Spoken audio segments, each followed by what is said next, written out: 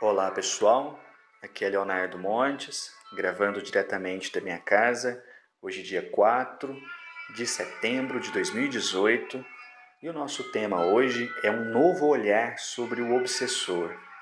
Se você quiser ouvir outras reflexões, acesse youtube.com/voz espiritualista e também o nosso blog. Agora nós temos um blog que é vozespiritualista.blogspot.com, beleza? Muito bem.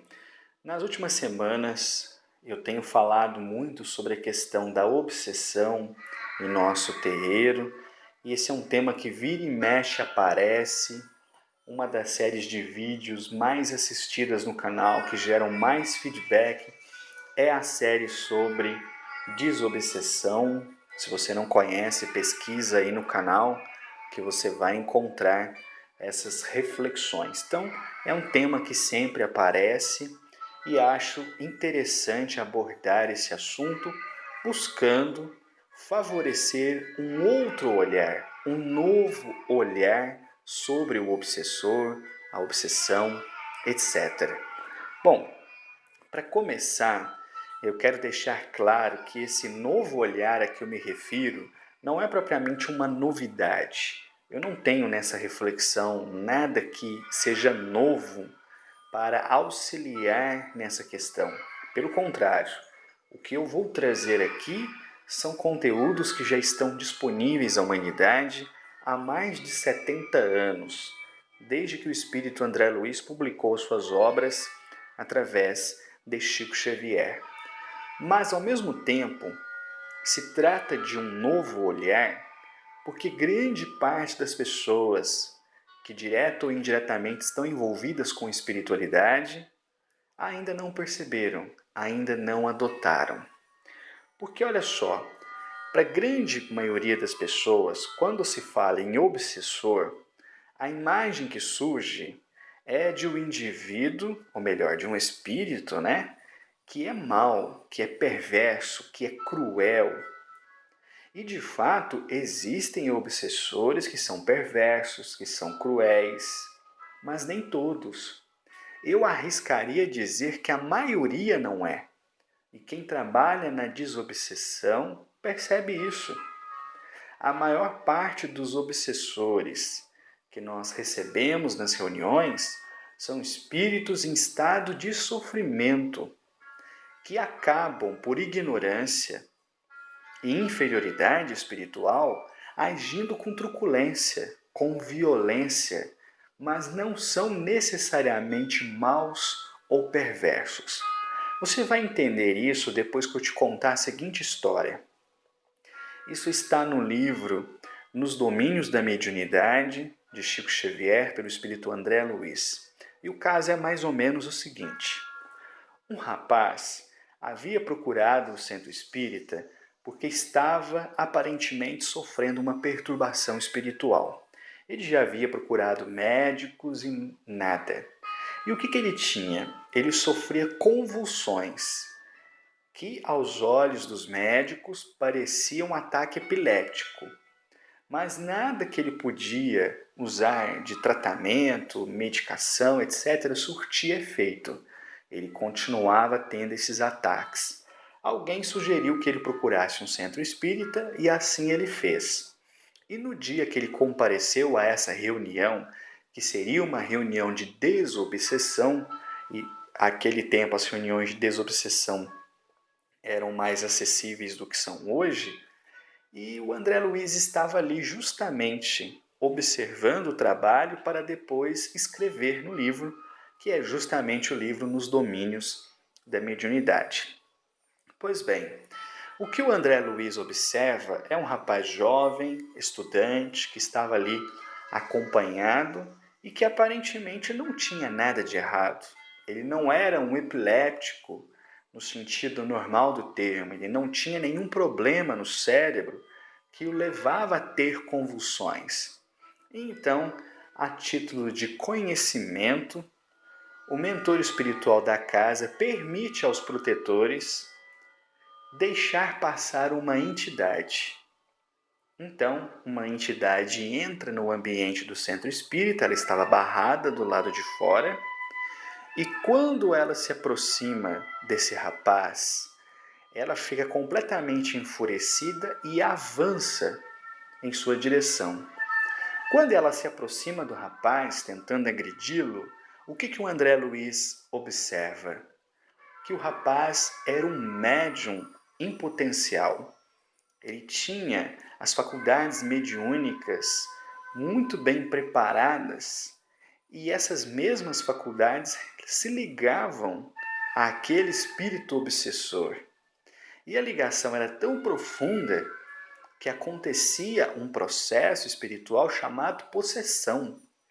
A irradiação magnética de um e de outro era tão intensa, tão forte, que eles praticamente se fundiam energeticamente um no outro. E como o corpo não comporta dois espíritos, ele convulsionava. Então o rapaz entrava em convulsão. Não é que o espírito queria arrancar o espírito para tomar o corpo, não era isso. Mas o ódio projetado e facilitado pelas ligações mediúnicas que o rapaz possuía, favorecia a imantação tão intensa que havia uma interferência no controle do espírito do próprio corpo. Então, as convulsões aconteciam. Os membros encarnados, então, no centro espírita, pegam o rapaz, levam para uma sala ao lado, colocam numa maca, vão dando passes, fazendo orações, até que ele volta ao normal e eles tentam fazer ali alguma espécie de socorro, tanto ao encarnado quanto ao desencarnado. E então o mentor vira-se para André Luiz e conta a história do caso, isto é, onde aquela ligação teve início. E o que ele vai contar é mais ou menos o seguinte: na vida passada, o rapaz que hoje é obsidiado era irmão do espírito que o estava atrapalhando. Eles eram irmãos carnais. Esse rapaz que estava sendo obsidiado era médico e eles nasceram numa família muito rica, que tinha muitas posses. Esse rapaz que era médico, contudo, desejava fortemente a herança da família e via no irmão um empecilho. Se não bastasse, ele ainda desejava a mulher do irmão, ou seja, a mulher com quem o irmão era casado. Ele queria toda a fortuna para si e ainda desejava a mulher do irmão. Como ele não tinha coragem de matar o irmão com as próprias mãos para pegar toda a herança da família, ainda de quebra poder se aproximar da esposa, ele arquitetou um plano muito maligno. O que ele fez? Eu não me lembro se foi ele próprio quem fez ou se ele pediu a um outro médico que fizesse um laudo atestando que o irmão era louco, que o irmão era incapaz de cuidar da própria vida. E esse laudo garantia perante a lei total domínio da herança e, ao mesmo tempo, facilitava o acesso à esposa que ele desejava. Então, o que ele fez? Ele internou o próprio irmão num sanatório. E esse irmão só saiu do sanatório após a morte.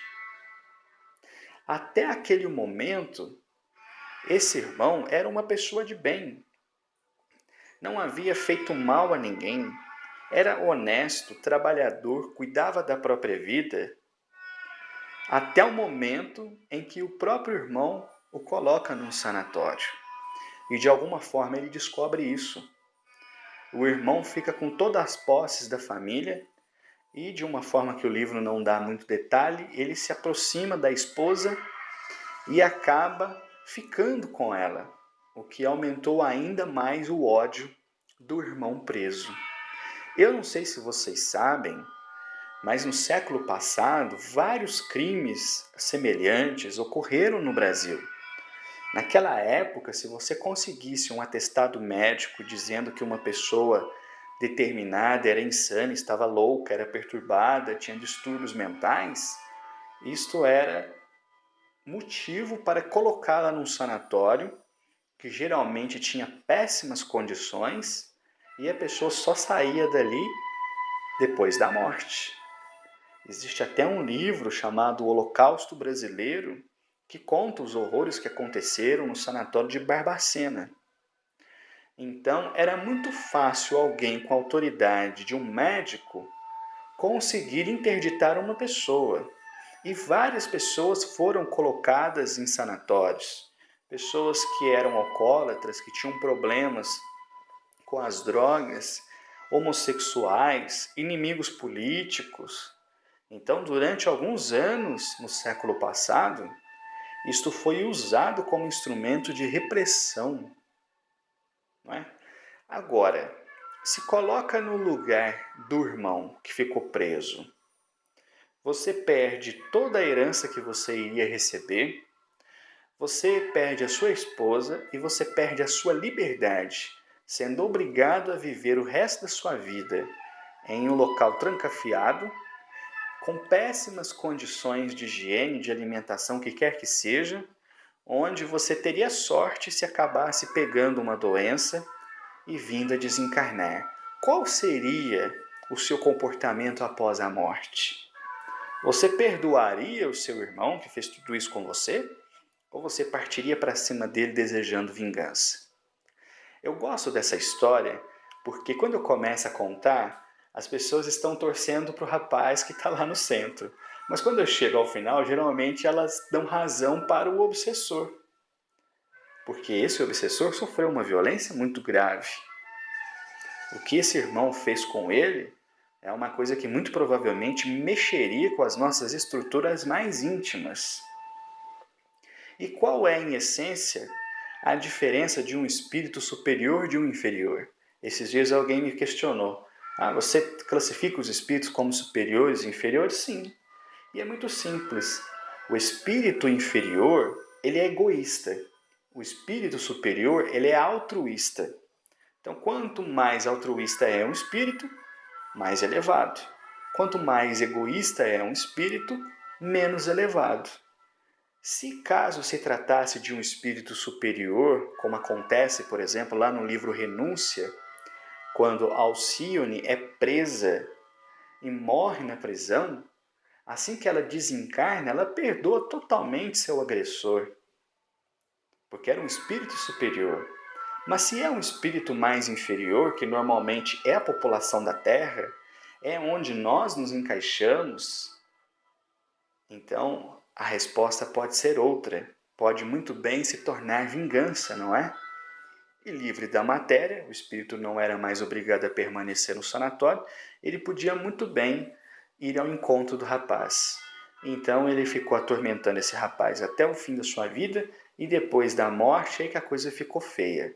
Em dado momento, o médico havia arrefecido e arrependido dos seus atos, então o plano espiritual superior conseguiu uma encarnação na Terra, onde ele viria com a mediunidade para justamente trabalhar em favor dos semelhantes, já que na vida anterior ele tinha ficado apenas na usura e na cobiça.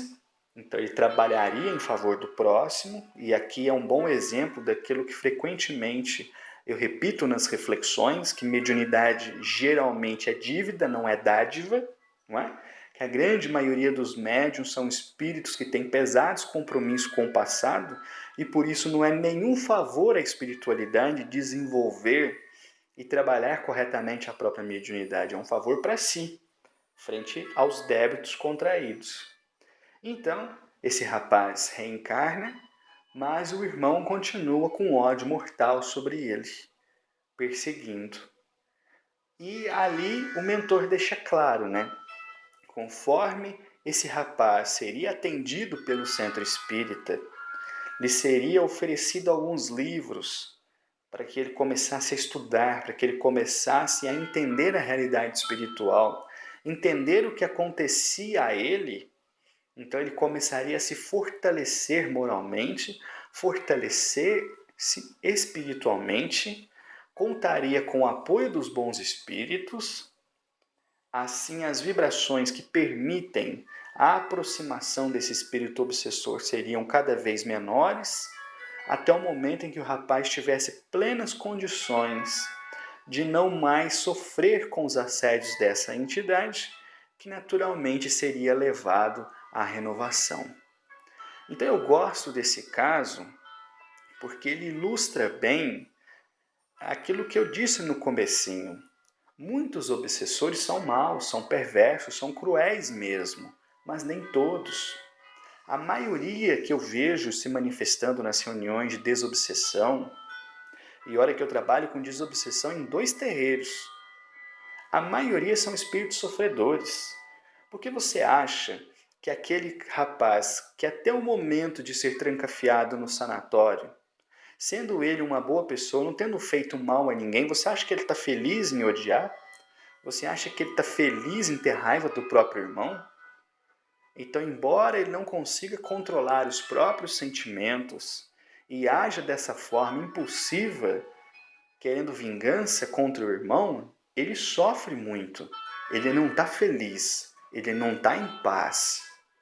Então, se a gente começar a olhar o obsessor por esses ângulos, não é que a gente vai passar a mão na cabeça do obsessor e falar, tadinho, ele está com a razão dele, no lugar dele eu faria igual. Não, não é isso. Mas isso nos leva a compreender mais e a julgar menos.